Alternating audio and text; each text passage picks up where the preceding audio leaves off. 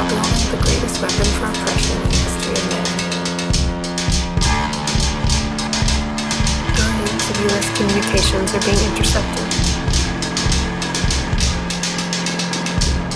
But believe me when I say that the surveillance we live under is the higher privilege compared to how we treat the rest of the world.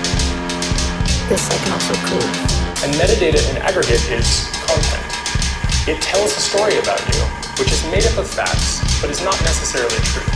So for example, just because you were on the corner and all those data points point to it, it doesn't mean you committed the crime.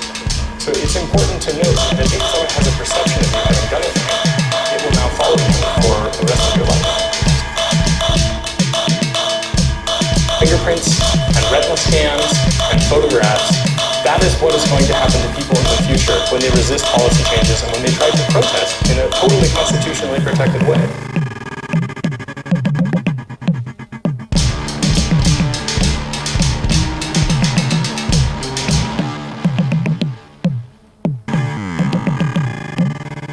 It all comes down to state power against people's ability to meaningfully oppose that power.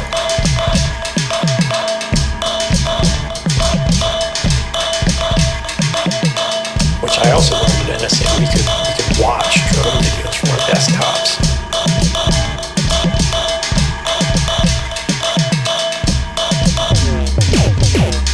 In real time, yeah. It'll stream a lower quality of the video to your desktop. Typically, you'd be watching surveillance drones as opposed to actually burger drones where you're going out there to bomb somebody. But you'll have a drone that's just following somebody's house for hours. It's just a page where it's lists and lists of drone feeds in all these different countries and all these different code names. And you can just click on which one you want to see. All of these new VoIP phones, they have little computers in them, and you can hotline these all the time, even when your server's down. So, as long as it's plugged in, you can listen on. They could monitor 1 billion telephone and internet sessions simultaneously per one of these devices. Your privacy is being violated to protect America's security. Blanket access to millions of Verizon customers' records on a daily basis.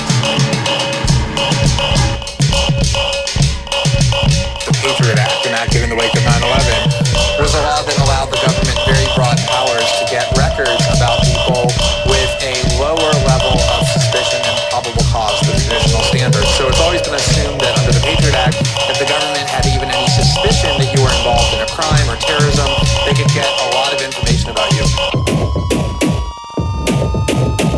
It's not directed at any individuals who they believe or have suspicion of committing crimes or part of a terrorist organization. It's collecting the phone records of every single customer of Verizon Business and finding out every single call that they've made internationally and locally. So it's indiscriminate and it's sweeping.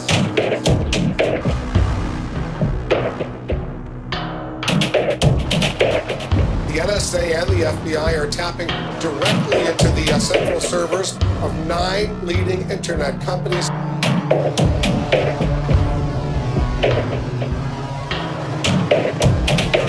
Audio, video, photographs, emails, documents, and connection logs that enable analysts to track a person's movements and contacts over time.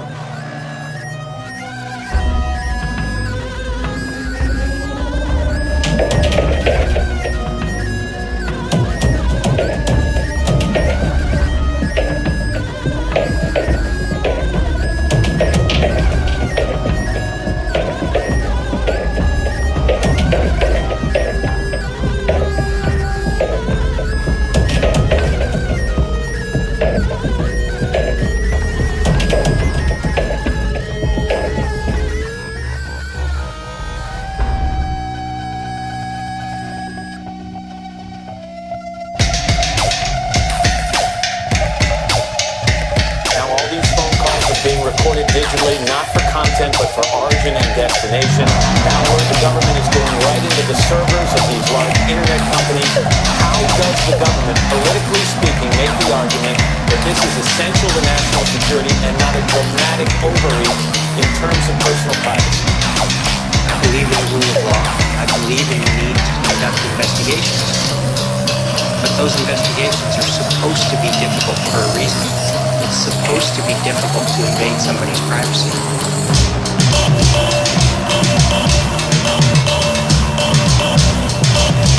If we don't have our right to privacy, how do we have a free and open discussion? What good is the right to free speech if it's not protected? What people used to call liberty and freedom, we now call privacy. And we say, in the same breath, that privacy is dead. This is the truth. This is what's happening. This is the truth. This is what's happening. This is the truth.